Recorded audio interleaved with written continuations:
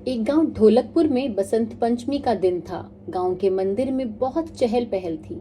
सभी लोग मां सरस्वती की पूजा करने के लिए अति उत्सुक थे। उसी गांव में एक विधवा औरत यमुना रहती थी।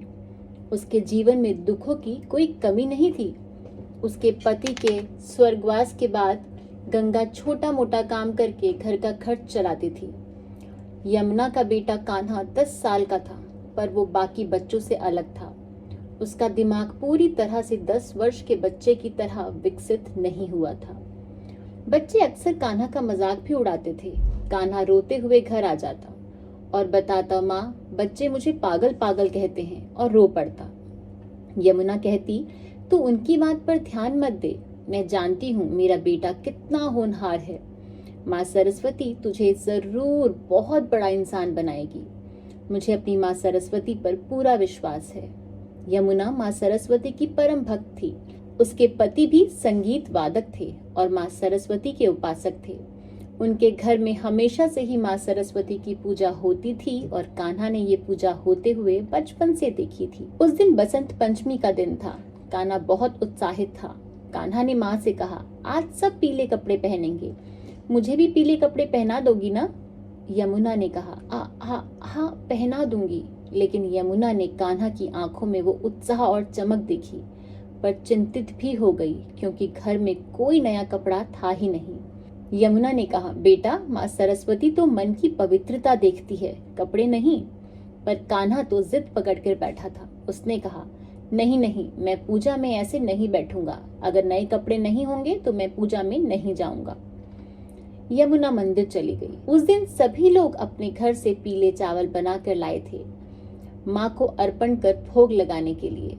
यमुना खाली हाथ थी, पर मन में अपार श्रद्धा भरी थी। उसने कहा, माँ, मेरे पास अर्पण करने के लिए कुछ नहीं है, बस श्रद्धा है, उसी को स्वीकार कर लेना। कुछ ही देर में वीणा की आवाजें आने लगी और सभी लोग इधर उधर देखने लगे। पूजा शुरू हुई और पुजारी जी ने भोग लगाने के लिए आवाज लगाई। यमुना ने शर्म से आंखें झुका ली। उसे लगा शायद माँ उससे नाराज होंगी कि वो कुछ भी अर्पण करने के लिए नहीं लाई है। पूजा शुरू हुई। फिर से वही वीणा की आवाज आने लगी। सब लोग फिर चारों तरफ देखने लगे। यमुना सबसे पीछे खड़ी थी। कुछ ही देर में एक चमत्कार हुआ। माँ सरस्वती प्रकट हुई। उन्होंने कहा, आज मैं सबके लिए पीले चावलों का प्रसाद बनाऊंगी।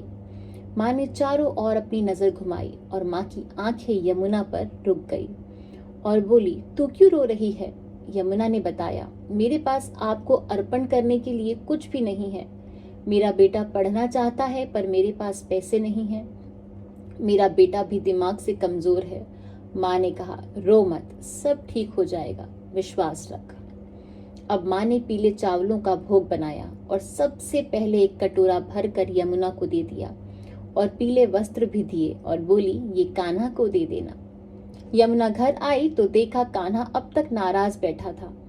उसने कहा, सब तो पूजा में आए होंगे ना, और लेकिन माँ, तुम कैसी हो? मुझसे बिल्कुल बात मत करो। माँ ने कहा, नाराज ना हो, तू तो बहुत भाग्यशाली है।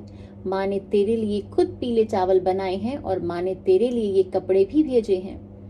कान्हा ने पीले चावल खाए और उसके चेहरे पर एक अलग ही तेज आ गया। उसने माँ से कहा, माँ, पढ़ने का मन कर रहा है। कान्हा अब दिमाग से कमजोर नहीं, तेज हो गया था। धीरे धीरे वो कॉलेज में आ गया और पढ़ाई में आगे बढ़ता गया।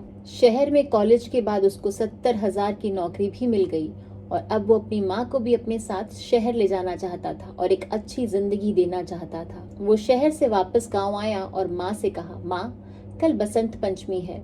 मैं जो भी हूँ माँ के पीले चावल के कारण ही हूँ। कल हम पीले चावल और वस्त्रों का दान देंगे। माँ ने कहा, बेटा, ये सब माँ की कृपा है, कभी भी इस बात का अहंकार ना करना, और कल जैसा तुम कहते हो वैसा ही होगा। अगले दिन बसंत पंचमी का दिन था। उन्होंने पीले चावल का भंडारा किया, गरीबों को वस्त्र बांटे। माँ सरस्वती की कृपा से कान्हा और यमुना का जीवन जगमगा उठा था। माँ करे आप सब पर भी माँ ऐसी ही कृपा करे। आज की वीडियो अगर आपको अच्छी लगी है और आपको इससे कुछ भी शिक्षा मिली है तो हमारी इस वीडियो को लाइक, शेयर एंड कमेंट जरूर कीजिएगा और ऐसे ही और वीडियोस के लिए हमारे channel mystery and mind with Chitra को सब्सक्राइब करना मत भूलिएगा। आज की वीडियो देखने के लिए आपका बहुत बहुत धन्यवाद। राधे राधे, जय श्री कृष्णा।